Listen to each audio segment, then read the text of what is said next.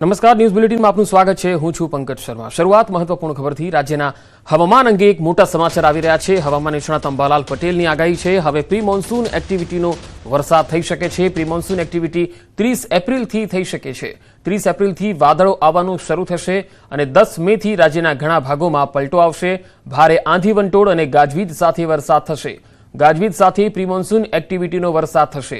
ભારે પવન ફૂંકાવાથી બાગાયતી પાકને અસર થઈ શકે। ભારે પવન ફૂંકાવાના કારણે કેરીના પાકને પણ અસર થઈ શકે।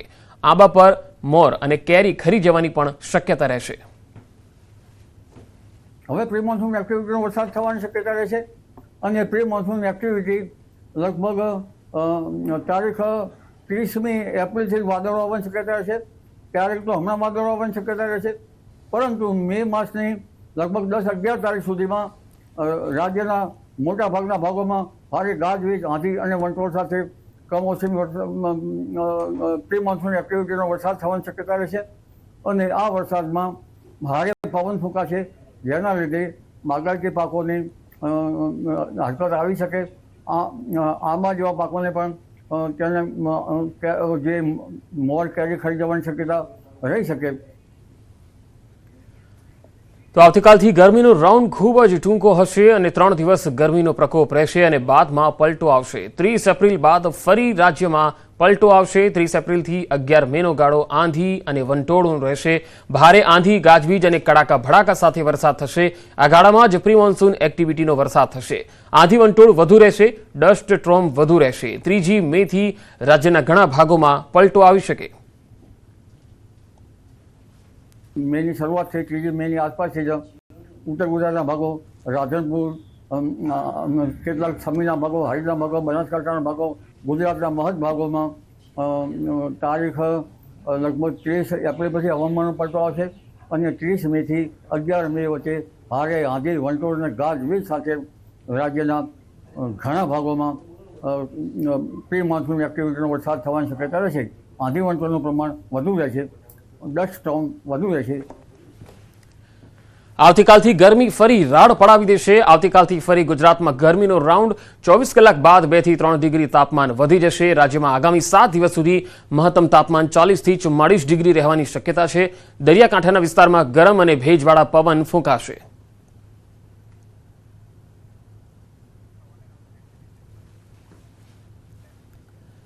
આ સપ્તાહમાં ગરમીના કારણે અમદાવાદમાં રોગચાળો વખેર્યો છે। સોલા સિવિલ હોસ્પિટલમાં છેલ્લા એક સપ્તાહમાં 10 અને 10,240 ઓપીડી નોંધાઈ છે। છેલ્લા એક સપ્તાહમાં ડેન્ગ્યુના શંકાસ્પદ 65 કેસ, મેલેરિયાના શંકાસ્પદ 205 કેસ નોંધાયા છે।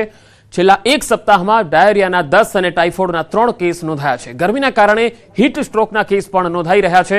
હીટ સ્ટ્રોકના દર્દીઓને અલગથી સારવાર અપાઈ।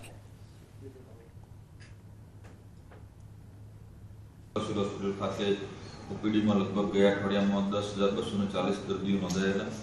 દાખલ દર્દીઓ 1,016 દર્દીઓ નોંધાયેલા।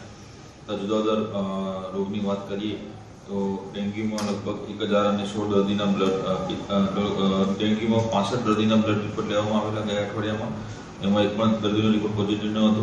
તથા મેલેરિયાના 205 દર્દીના બ્લડ રિપોર્ટ ગયા અઠવાડિયામાં લેવામાં આવેલા। નેતાજી ગેરહાજર રહ્યા તો પુત્રએ કરી દીધું ખાતમુહૂર્ત। નાયબ દંડકના બદલે તેમના પુત્રએ ખાતમુહૂર્ત કર્યું। આણંદના કોઠિયાખાડ નાની શેરડી શાળાની આ ઘટના। શાળાના 7 ઓરડા માટે ખાતમુહૂર્તનો કાર્યક્રમ હતો। નાયબ દંડક રમણભાઈ સોલંકી, સાંસદ મિતેશભાઈ પટેલના હસ્તે ખાતમુહૂર્ત થયું। મિતેશ પટેલ અને રમણ સોલંકી ગેરહાજર રહ્યા। બંનેની ગેરહાજરીમાં રમણ સોલંકીના પુત્ર સિદ્ધાર્થ સોલંકીએ ખાતમુહૂર્ત કર્યું। ધારાસભ્યની ગેરહાજરીમાં પુત્રએ ખાતમુહૂર્ત કરી નાખ્યું। ગઈકાલે બોરસદના કોઠિયાખાડ ગામમાં આ કાર્યક્રમ હતો। તો ખાતમુહૂર્તમાં તમે જોઈ શકો છો કે એમએલએ એમપીના હસ્તે થવાનું હતું આ ખાતમુહૂર્ત, પરંતુ આ ખાતમુહૂર્ત નેતાજી ગેરહાજર રહ્યા અને પુત્રએ ખાતમુહૂર્ત કર્યું હતું। ગઈકાલે બોરસદના કોઠિયાખાડ ગામમાં આ કાર્યક્રમનું આયોજન હતું, જેમાં બંને મહાનુભાવોની ગેરહાજરી જોવા મળી હતી। કોઠિયાખાડ નાની શેરડી શાળાનો આ બનાવ છે, જ્યાં 7 ઓરડાઓનો ખાતમુહૂર્તનો કાર્યક્રમ હતો। નાયબ દંડક રમણ સોલંકી અને સાંસદ મિતેશ પટેલના હસ્તે ખાતમુહૂર્ત હતું। મિતેશ પટેલ અને રમણ સોલંકી ગેરહાજર રહ્યા। બંનેની ગેરહાજરીમાં રમણ સોલંકીના પુત્ર સિદ્ધાર્થ સોલંકીએ ખાતમુહૂર્ત કરી નાખ્યું। ગેરહાજરીમાં પુત્રએ જ ખાતમુહૂર્ત કર્યું। બોરસદના કોઠિયાખાડ ગામનો આ કાર્યક્રમ હતો।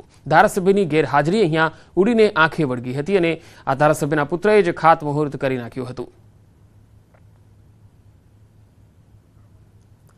તો આણંદના બોરસદનો આ બનાવ છે. નેતાજી ગેરહાજર રહ્યા તો પુત્રએ જ ખાતમુહૂર્ત કર્યું. નાયબ દંડકના બદલે તેમના પુત્રએ ખાતમુહૂર્ત કર્યું. આણંદના કોઠિયાખાડ નાની શિરડી શાળાનો આ બનાવ છે. શાળાના 7 ઓરડા માટે ખાતમુહૂર્તનો કાર્યક્રમ રાખવામાં આવેલો, જેમાં નાયબ દંડક રમણભાઈ સોલંકી અહીંયા આવવાના હતા, પરંતુ એ તો આવ્યા જ નહીં. સાંસદ મિતેશ પટેલના હસ્તે પણ ખાતમુહૂર્તનો કાર્યક્રમ હતો. મિતેશ પટેલ અને રમણ સોલંકી ગેરહાજર રહ્યા. આ બંનેની ગેરહાજરીમાં જ રમણ સોલંકીના પુત્ર સિદ્ધાર્થ સોલંકીએ જ ખાતમુહૂર્ત કરી દીધું. ધારાસભ્યની ગેરહાજરીમાં પુત્રએ જ ખાતમુહૂર્ત કરી નાખતા તર્ક વિતર્ક શરૂ થઈ ગયા. ગઈકાલે બોરસદના કોઠિયાખાડ ગામનો આ કાર્યક્રમ હતો, જેમાં નેતાજી ગેરહાજર રહ્યા અને નેતાજીના પુત્રએ ખાતમુહૂર્ત કરી દીધું હતું. આ કેવી બલિહારી કહેવાય કે જે કાર્યક્રમ હોય છે, જે જનપ્રતિનિધિઓને ત્યાં આમંત્રિત કરવામાં આવ્યા હોય છે અને તેઓ પોતે તેમના હસ્તે આ કાર્યક્રમ કરવાનો હોય છે, પરંતુ તેઓ ગેરહાજર રહ્યા. આણંદથી સંવાદદાતા જનક જાગીરદાર જોડાયા છે. જનક, શું કારણ રહ્યું કે બંને મહાનુભાવો આ કાર્યક્રમમાં આવી ન શક્યા અને પુત્રએ જ આ ખાતમુહૂર્ત કરવું પડ્યું?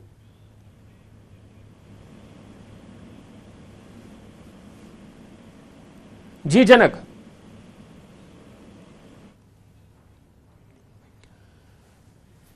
તો આણંદથી સંવાદદાતા જનક જાગીરદાર અમારી સાથે લગાતાર જોડાયેલા છે. ફરી એક વખત આપણે જણાવી દઈએ કે આ કાર્યક્રમ જે છે એ 7 ઓરડાઓના ખાતમુહૂર્તનો હતો, જે બોરસદના ગામમાં યોજાયો હતો, પરંતુ અહીંયા નાયબ દંડક ગેરહાજર રહ્યા. જનક જાગીરદાર આણંદથી જોડાયા છે સંવાદદાતા. જનક, શું કારણ રહ્યું કે બંને મહાનુભાવો ગેરહાજર રહ્યા અને પુત્રએ ખાતમુહૂર્ત કરવું પડ્યું? પંકજ, સમગ્ર આણંદ જિલ્લામાં રમણભાઈ સોલંકી ભાજપના બહુ સિનિયર નેતા છે. એ એક એવા નેતા છે કે જેમને પાર્ટીએ 4 વખત ટિકિટ આપી છે, એટલે ચોક્કસ કહી શકાય વગદાર નેતા છે. પાર્ટી સિનિયોરિટી કદાચ આવતા વિધાનસભા ઇલેક્શનમાં એમની પૂરી થાય એટલે રમણભાઈનો આ એક એવો પ્રયાસ ચોક્કસ છે કે એમના પુત્રને પ્રમોટ કરે છે. આ જે આખું જે ખાતમુહૂર્તની ઘટના છે એ કોઠિયાખાડથી નાની શેરડી વચ્ચે ગામ છે. ત્યાં એક પ્રાથમિક શાળાના 7 ઓરડા લગભગ 74 થી 75 લાખ રૂપિયાની રાજ્ય સરકારના શિક્ષણ વિભાગની ગ્રાન્ટ છે અને આવનારા સમયમાં આ 7 ઓરડાની સાથે નવી શાળા બનશે ને એના ખાતમુહૂર્તનો કાર્યક્રમ હતો. ગમે તે કારણથી એમણે ચોક્કસ આમંત્રણ પત્રિકાઓ પણ છપાવી છે વહીવટીતંત્રએ, અને એમાં રમણભાઈ અને સાંસદ મિતેશભાઈ પટેલ બંનેનો ઉલ્લેખ છે. તેમ છતાં બંને નેતા હાજર નહોતા અને સમગ્ર જે ખાતમુહૂર્તની વિધિ છે એ રમણભાઈના પુત્ર સિદ્ધાર્થ સોલંકીએ કરી છે. એ પ્રોટોકોલની રીતે બી વિચારીએ તો બિલકુલ ગેરવ્યાજબી વાત છે. જી પંકજ. જી જનક, આપની વાતચીત થઈ શકી છે રમણભાઈ સોલંકી સાથે. શું કારણ રહ્યું તેઓ ગેરહાજર રહ્યા?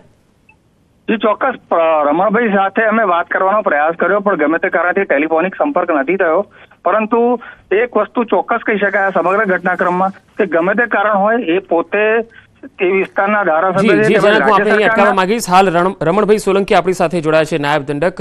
રમણભાઈ, આપનું સ્વાગત છે. સૌથી પહેલા તો આ જે બોરસદનો કાર્યક્રમ હતો, શું કારણ રહ્યું કે તમે તો ગેરહાજર રહ્યા પરંતુ તમારા છોકરાએ આ ખાતમુહૂર્ત કરવું પડ્યું?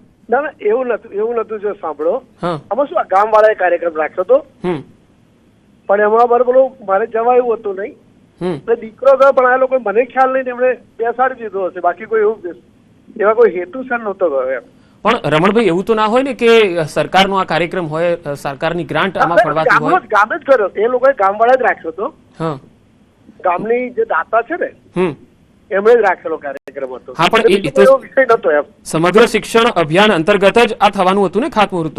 એટલે મૂળ કેવું હતું, કાર્યક્રમ એટલે જે તે શાળા જે તે સર્વ શિક્ષા અભિયાનમાંથી મંજૂર થયેલો હતો આખો, પણ સરકારે કોઈ કાર્યક્રમ નતો આયોજન કર્યો, ગામ વાળા જ રાખ્યું હતું. એટલે કોઈ પણ વ્યક્તિ કરી શકે એમનો, જેમ કે તમારા દીકરાએ કર્યું કરી શકે? તો એ જે ઘટના ખેલદિલી છે મારી, એવું તો કઈ છે જ નહીં. ખેલદિલી વ્યક્ત કરું છું. જી રમણભાઈ, શું કારણ રહ્યું કે તમે ત્યાં ન પહોંચી શક્યા અને કોઈ એવો સૂચના હતી કે તમારા દીકરાએ કરવાનું? ના, એવું કઈ નતું. સાંભળો, આમાં ખરેખર છે ને, હું મારે થોડુંક એક ટેસ્ટ કરાવવાનો હતો. હું ગયો હતો દવાખાનામાં મારે, એટલે હું ત્યાં ગયો નતો. એટલે પેલા એ કહ્યું છે કે તમે કોઈ પરિવારમાંથી આવશે, તો મને ખબર નહીં, અને જેને કાર્યક્રમ રાખ્યો છે એને બોલાયા, બાકી કોઈ વિષય એવો નતો. જી રમણભાઈ, તમે એવું સ્વીકારો છો ને કે આવું ન થવું જોઈએ? ના, 100%. હું પોતે 100% સ્વીકારું. એમાં જે બનેલું હોય તો 100% સ્વીકારવું જોઈએ. જી રમણભાઈ, આભાર અમારી સાથે જોડાવા માટે. તો નાયબ મુખ્ય દંડક ગુજરાત વિધાનસભા રમણભાઈ સોલંકી આપણી સાથે જોડાયા અને તેમણે કહ્યું છે કે આ જે કાર્યક્રમ હતો તેમાં તેઓ જઈ નહોતા શક્યા એક હોસ્પિટલમાં જવાના કારણે, પરંતુ તેમના દીકરાએ જે કરી દીધું એ કદાચ ગામ લોકોના આગ્રહને કારણે કર્યું હોઈ શકે છે. આ હું પણ માનું છું કે આ ન હોવું જોઈએ એવું તેમણે કહ્યું છે અને આ ખોટું છે અને તેના માટે તેમણે ખેલદિલી પણ વ્યક્ત કરી છે. રમણભાઈ સોલંકી નાયબ મુખ્ય દંડક ગુજરાત વિધાનસભા અને બોરસદના ધારાસભ્ય છે અને બોરસદના આ જે કોઠિયાખાડ નાની શેરડી આદર્શ પ્રાથમિક શાળા છે જ્યાં સમગ્ર શિક્ષણ અભિયાન અંતર્ગત 7 ઓરડાનું આજે ખાતમુહૂર્ત થવાનું હતું, એ ખાતમુહૂર્ત એમની જગ્યાએ એમના દીકરાએ કર્યું છે, જેને લઈને તેમણે ખેલદિલી વ્યક્ત કરી. ગોંડલમાં અલ્પેશ કથિરિયા વર્સિસ ગણેશ જાડેજાના